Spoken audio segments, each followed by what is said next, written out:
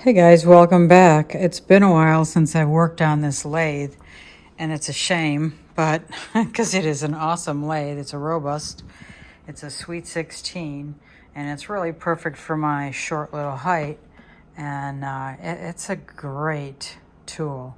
It has the starter over here, which makes it safer, and I have this air gun here to blow it off when I want to keep it clean, because you really want it clean. It looks like I've got it gouged up already somehow.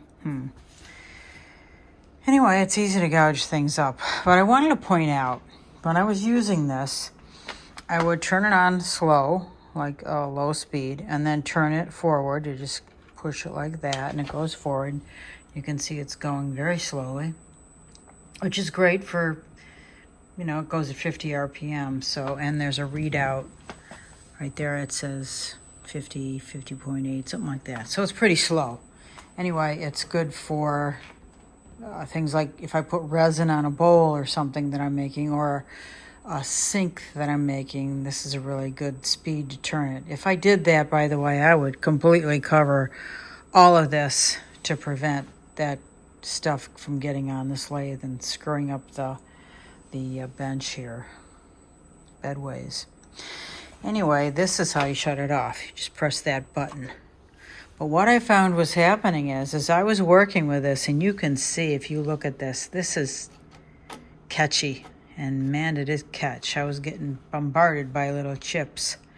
So if I continue to do this, I will be geared up. I have a trend air mask, and I'll get geared up. And I think there is also like a moldy kind of thing in here. I was feeling kind of dizzy from it. In any event, my point is for this video is the lathe shut off on me. So I'm like, what in the heck is going on? I'd wait a few minutes, seconds, whatever, and it would start back up again. And I'm like, what's going on with this thing? So I called Robust, and I talked with the owner. And he told, Brett, I think is his name, he told me this little sweet thing back here, which is great, because if you gotta like turn this and then try it again, and then turn this some more, and this locks in place. So what it does is it locks your headstock. So when you want to remove this faceplate from the lathe, you can unscrew these things. In this case, it's from Easy Woodchuck, and then pull it off, because this is nice and firm. But a lot of lathes do that. Anyway, this is the problem. Okay, it's open now, so it'll turn. When I'm using it, Brett said that this chipping, this thing is boom, boom, boom, boom, boom. When you're milling it, jiggles this lock device.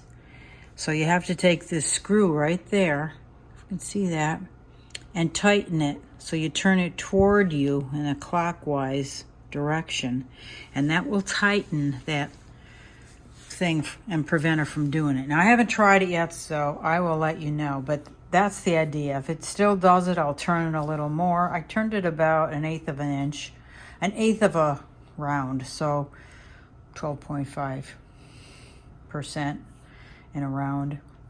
Anyway, we'll see if that works. I hope so.